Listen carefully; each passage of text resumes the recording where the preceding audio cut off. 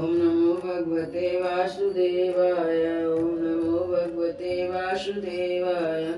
ओम नमो भगवते वासुदेवाय। ओम नमो भगवते वासुदेवाय। ओम नमो भगवते वासुदेवाय। श्रीमद् भागवत महापुराण द्वितीय स्कंद। भागवत के 10 लक्षण। सुखदेव जी कहते हैं, हे परिचित, इस भागवत पुराण में सर्ग, विसर्ग, स्थान, शोषण, युति, मनवंतर, ईशान, कथा, निरोध, मुक्ति, आश्रय, इन 10 विषयों का वर्णन है। इनमें जो 10वां आश्रय तत्व है उसी का ठीक ठीक निश्चय करने के लिए कहीं श्रुति से, कहीं तात्पर्य से और कहीं दोनों के अनुकूल अनुभव से महात्माओं ने इन 9 विषयों की बड़ी सुगम रीति से वर्णन किया है। ईश्वर की प्रेरणा से गुणों में क्षोभ होकर रूपांतर होने पर जो आकाश आदि पंचभूत, शब्द आदि तंत्र मात्रा, इंद्रिया, अहंकार, महत तत्व की उत्पत्ति होती है, उसी को सर्ग कहते हैं। उस विराट पुरुष के उत्पन्न ब्रह्मा जी के द्वारा जो भिन्न भिन्न चराचर सृष्टियों का निर्माण होता है उसका नाम विसर्ग है। प्रतिपद नाश की ओर बढ़ने वाली सृष्टि को एक मर्यादा में स्थिर रखने से भगवान विष्णु की जो श्रेष्ठता सिद्ध होता है उसी का नाम स्थान है। अपने द्वारा सुरक्षित सृष्टि में भक्तों के ऊपर उनकी कृपा होती, उसी का नाम पोषण है। मनवंतरों के अधिपति जो भागवत भक्ति और प्रजा पालन द्वारा शुद्ध धर्म का अनुष्ठान करते हैं उसे मनवंतर कहते हैं। जीवों की ये वासनाएं जो कर्म के द्वारा बंधन में डाल दी जाती है उसे ऋतु के नाम से कही जाती है। भगवान के भिन्न भिन्न अवतारों के और उनके प्रेमी भक्तों की विविधि आख्यान से युक्त कथा इस कथा है। जब भगवान योग निद्रा स्वीकार करके शयन करते हैं तब इस जीव का अपनी उपाधि के साथ में उनमें लीन होकर जाना निरोध है। अज्ञान कल्पित कर्तृत्व तत्व, भोक्तृ तत्व आदि अनात्म भाव का परित्याग करके अपने वास्तविक स्वरूप में परमात्मा में स्थित होना ही मुक्ति है। परिचित, इस चराचर जगत की उत्पत्ति, प्रलय और जिस तरह से प्रकाशित होता है वह पर ब्रह्म ही आश्रय है। शास्त्रों में उसी को परमात्मा कहा गया है। जो नेत्र आदिशियों का अभिमानी दृष्टा जीव है वही इंद्रियों के अधिष्ठ देवता सूर्य आदि के रूप भी है, और जो नेत्र गोलक आदि से युक्त दृष्ट देह है वही उन दोनों की अलग अलग करता है। इन तीनों में यदि एक का भी अभाव हो जाए तो दूसरे दो की उपलब्धि नहीं हो सकती। अतः जो इस तीनों को जानता है वही परमात्मा तो सबका अधिष्ठान आश्रय तत्व है। उसका आश्रय वह स्वयं ही और दूसरा कोई नहीं है। जब पूर्वोक्त विराट पुरुष ब्रह्मांड को फोड़कर निकला तब उसमें अनेक रहने का स्थान ढूंढने लगा, और स्थान की इच्छा से उस शुद्ध संकल्प पुरुष ने अत्यंत पवित्र जल की सृष्टि की। विराट पुरुष रूप नर और उससे उत्पन्न होने के कारण जल का नाम नार पड़ा, और उस समय अपने उत्पन्न किए हुए नार से वह पुरुष 1000 वर्षों तक रहा। इसी से उसका नाम नारायण हुआ। उन नारायण भगवान की कृपा से ही धर्म, कर्म, काल, शोभा और जी की आदि सत्ता है। उनके उपेक्षा कर देने से और किसी का अस्तित्व नहीं रहता। उन अद्वितीय भगवान नारायण ने योग निद्रा से जग कर अनेक होने की इच्छा की। तब अपनी माया से उन्होंने अखिल ब्रह्मांड के बीज स्वरूप अपने सुवर्णमय बीड़ को 3 भाग में विभक्त कर दिया, आदिदेव, अध्यात्म और आदिभूत। परिचित, विराट पुरुष एक ही बीड़ 3 भाग में कैसे विभक्त हुआ सो सुनो। विराट पुरुष के हिलने डुलने पर उनके शरीर में रहने वाले आकाश से इंद्रिय बल, मनोबल और शरीर बल की उत्पत्ति हुई। उनसे इंद्र आज सबका राजा प्राण उत्पन्न हुआ। जैसे सेवक अपने स्वामी राजा के पीछे पीछे चलते हैं वैसे ही सबके शरीरों में प्राण के प्रबल रहने पर ही सारी इंद्रियां प्रबल रहती है, और जब वह सुस्त पड़ जाता है तो सारी इंद्रियां भी सुस्त हो जाती हैं। जब प्राण जोर से आने जाने लगता है तब विराट पुरुष को भूख प्यास का अनुभव होता है। खाने पीने की इच्छा करते ही सबसे पहले उसके शरीर में मुख प्रकट हुआ। मुख से तालु और तालु से रस इंद्रियां प्रकट हुई। इसके बाद अनेक प्रकार के रस उत्पन्न हुए जिससे रसना ग्रहण करती है।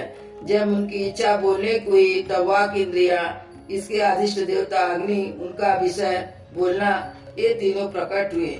इसके बाद कुछ दिनों के बाद जल में ही रुके रहे। श्वास के वेग से नासिका छिद्र प्रकट हो गए। तब उन्हें सूंघने की इच्छा हुई। तब उनकी नाक घृणिंद्रिया आकर बैठ गई और उसके देवता गंध को फैलाने वाले वायु देव प्रकट हुए। इसके पहले उनमें उनके शरीर में प्रकाश नहीं था। फिर जब उन्हें अपने तथा दूसरे वस्तु को देखने की इच्छा हुई तब उनके नेत्रों में छिद्र उनका अधिष्ठाता देवता सूर्य और नेत्र इंद्रिया प्रकट हो गए। इससे इन्हीं से रूप का ग्रहण करने लगा।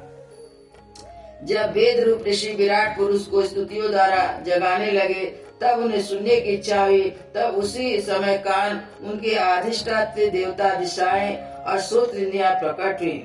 इसी से सब सुनाई पड़ता है। जब उन्हें वास्तु की कोमलता, कठिनता, हल्कापन, भारीपन, उष्णता और शीतलता आदि जाननी चाहिए तब उनके शरीर में चर्म प्रकट हुए।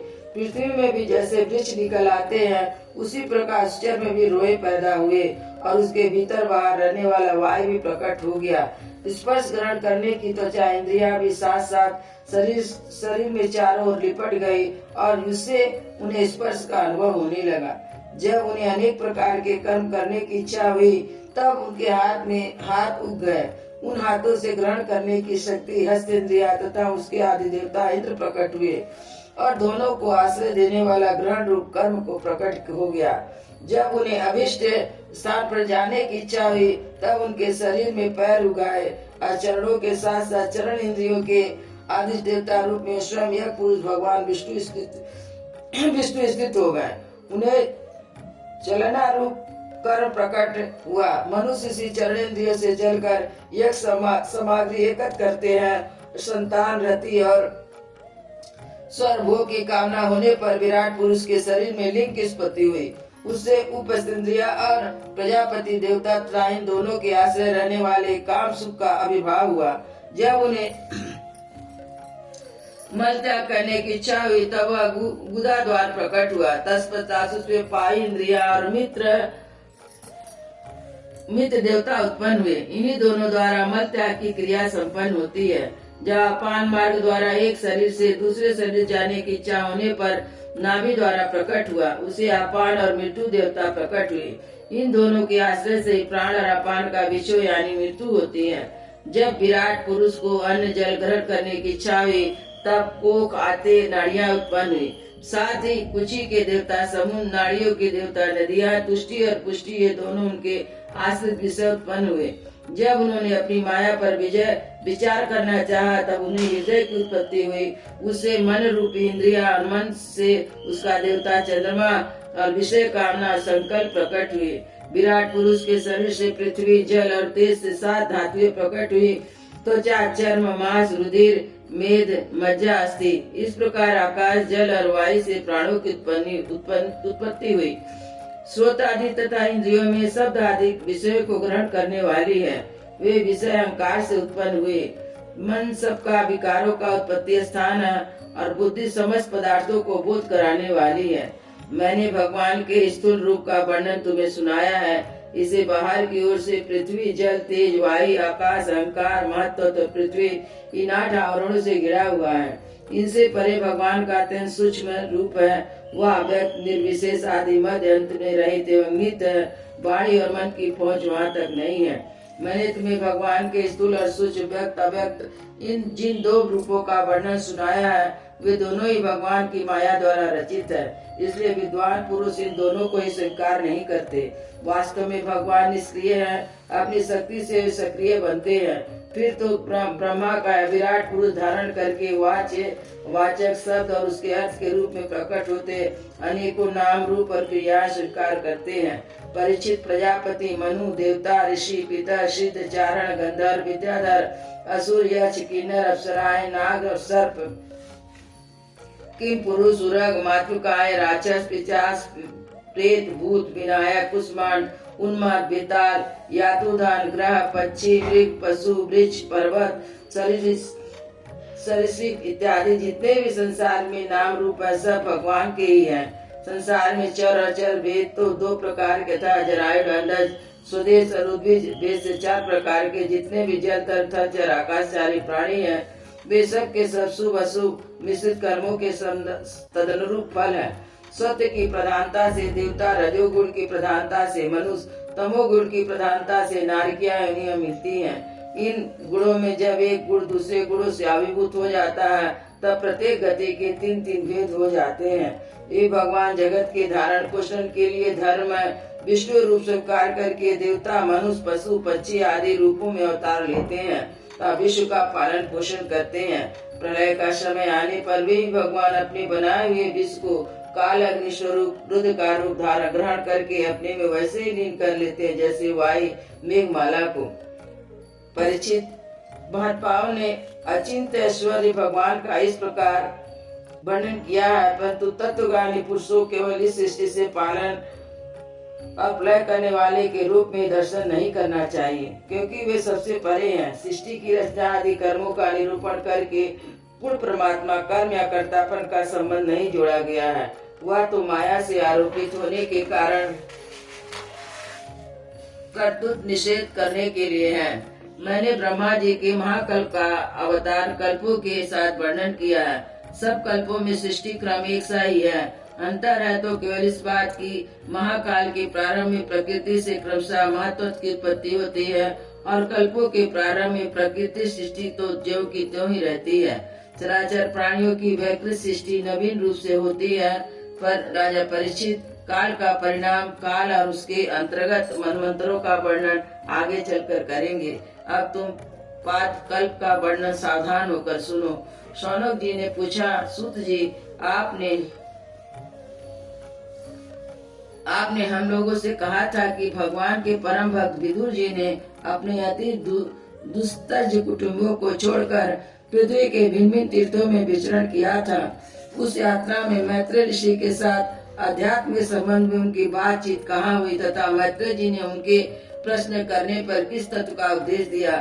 सूत जी, आपका स्वभाव बड़ा सौम्य है, आप विदुर जी का चरित्र हमें सुनाइए। उन्हें अपने भाई बंधुओं को क्यों छोड़ा, फिर उनके पास क्यों लौट गए? सूत जी ने कहा, शौनक आदि ऋषियों, राजा परीक्षित ने यही बात पूछी थी।